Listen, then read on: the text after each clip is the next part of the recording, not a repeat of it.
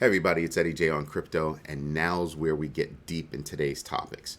First, Senator Lummis, or her office, has released a report saying Gary Gensler's SEC has basically a case open on just about every crypto exchange operating in the United States. Wow. Just she goes, and I'm pretty sure this is one of the reasons why she created the bill that would move authority over to the CFTC, and that's why she partnered with Senator Gillibrand to bring that forward. There's just too much of a power grab going on by the SEC.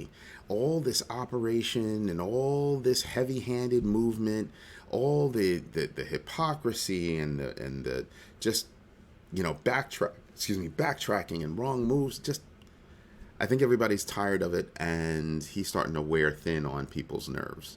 So yeah, Gary Gensler, go find another job, please. Please, please, please just go find another job. Just you're doing a lousy job at the SEC. You really are. Ontario Securities Commission is saying that there are a number of companies operating within Ontario that are unlicensed, that are in the crypto space. One of them is KuCoin. Now, I say this because I think there are a lot of companies around the world that are operating in various jurisdictions that have not taken the time to go get licensed. And I think this is another shot across the bow for them to go get licensed, go get legal. Because if you don't, pretty sure there are going to be some serious repercussions over that. Voyager Digital, in a major move, has gotten permission to return about $270 million in frozen funds, frozen customer funds. And I think that's a really good thing. I'm pretty sure that there's more that they're going to have to do, but that is a really good step. And it was okayed by the judge presiding over the bankruptcy case. Now, the Federal Reserve Bank of New York releases a quarterly report, and inside that quarterly report is credit card debt. Well, guess what? Credit card debt has gone up by $46 billion just in Q2 of this year. That's a 5% increase over Q1. I want you to stop and think about this and get a little bit of history here. So Visa, who is in hot water with that whole, child pornography lawsuit, Visa was born in September 1958.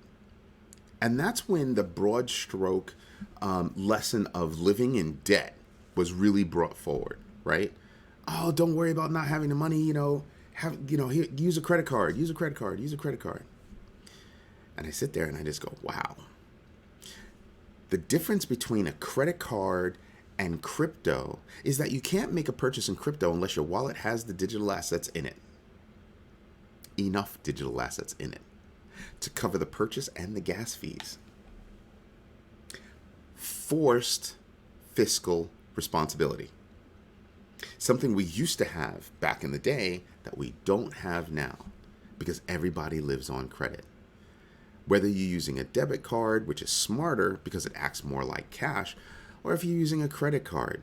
And so I say that because some people use their debit cards as credit cards, right? Going over balance, all that good stuff. Can't do that with crypto.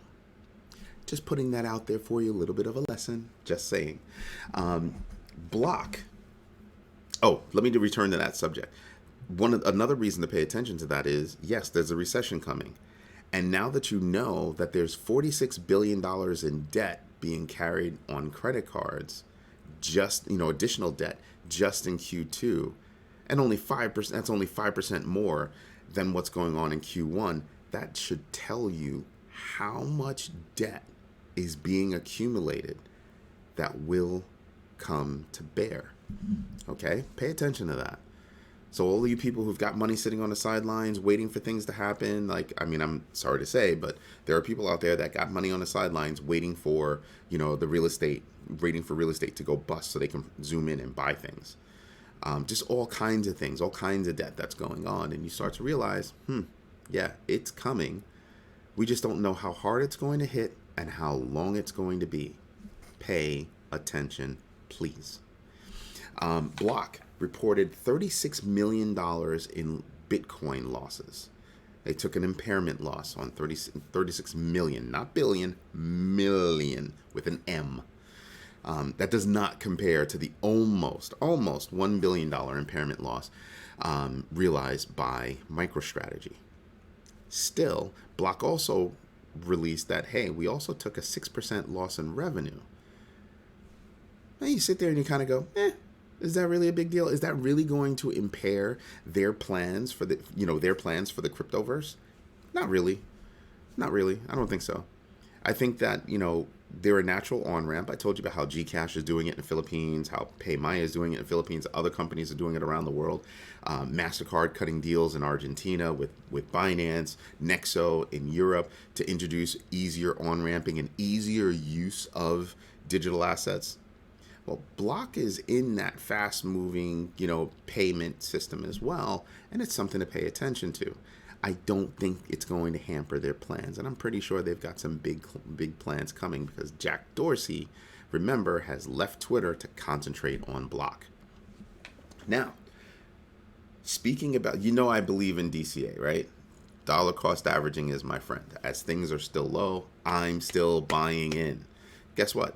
Kevin OLeary of Shark Tank fame, also known as Mr. Wonderful, has said he took a 20% loss. His value has gone down double digits. So not 20%, sorry, but double digits, because it could be more. And I'm sitting there and I'm going, yeah, that sounds about right. But you know what he's doing? Same thing as me. Kevin OLeary is doing the same thing as I am, taking the opportunity to buy on the dip. Pay attention, folks. There are opportunities out there, and none of these coins are near their all-time highs. So you can make money. He also named that he took serious bets on Bitcoin, Ethereum, Solana, Polygon, and Hedera. Now, Solana and Hedera are two coins that I don't hold a lot of. Like, I don't hold a lot of Solana at the moment, and I have zero Hedera, right? I have been doing research on Hedera. I kind of like what they're doing, but I need to get a little bit deeper, right? I'm going to speak with my team and see what they feel about it and all that good stuff. But those are two coins that are looking really, really, really good, okay? I'm still not a fan of Solana, but I'm starting to get brought back. I mentioned that yesterday. Go check out yesterday's video. Anyway, this is Eddie J on crypto, and now it's time to actually go look at the numbers, all right? Now, let me just refresh this real quick, just so that we know we're looking at fresh stuff, because this hasn't been refreshed in like 5 minutes. And there we are. So if you look at winners and losers, okay, everything seems to be moving basically sideways, right? Excuse me. Still getting over a cold. So who's here that I'm paying attention to? Trust Wallet, I take a look at. Don't sleep on Trust Wallet. I mean, they are ranked number 44. Just saying, that's a big deal. And Near Protocol up 14, ranked number 25. So I'm just saying, I kind of do, make note of those coins that are within the top 100, top 50, and top 25. Right here, we're looking at, top 25 winners and losers. But, you can see, again, here's Ethereum name service up 8%. That's something I'm interested in, even though it's above my 100 mark, right? Still paying attention to that. I think Ethereum name service is going to grow as time passes on. But that's good. That's all right. Fear and Greed Index, 31. I said it would go up from 30 yesterday. It's only up by 1. I thought it would have been up by 2 or 3. I'm allowed to be wrong. Now, something that's interesting is, take a look at that. That's down almost $20 billion in TVL. Of course, there was that hack. What is it, Sylvia or something like that? Sophia, something, Sybil hack. They had faked $7.5 billion in TVL. So there's that. Then you have I'm just looking at Polygon, looking at Ethereum, looking at Bitcoin, and see how they're doing and how they compare. Because remember, here's where they were kind of bunched up, and here's where they started breaking apart. And you can see how both coins just kind of, Polygon and Ethereum, just kind of broke out from Bitcoin after a while. And I kind of like that. Obviously, I'm a fan of Ethereum. I'm a fan of all three, actually. I hold a lot of all three. Looking at the bigger picture, I'm looking at Ethereum at 1673. I mean, look at that. That's pretty cool. Bitcoin under 23,000, so I'm not all that happy about that. Solana trying to hold its spot around $39, $40. These are all things that I'm paying attention to as we move forward in the market space, right? I'm looking at SHIB. I do like, I like SHIB. I like Doge. I believe they both have their place in the world. Pay attention to Sand and Mana, okay? Sand, the Sandbox, and Decentraland, Mana. Pay attention to those two. That's what I would genuinely say. Don't sleep on Algorand either, and don't sleep on Cardano. Those are coins that are on my list as well. Just looking at the big picture over here, see who's dropping faster. Ethereum at 1675. That's a really good number. I don't care what you're saying, but it was only a few weeks ago. It was under 1,000. So I'm just saying.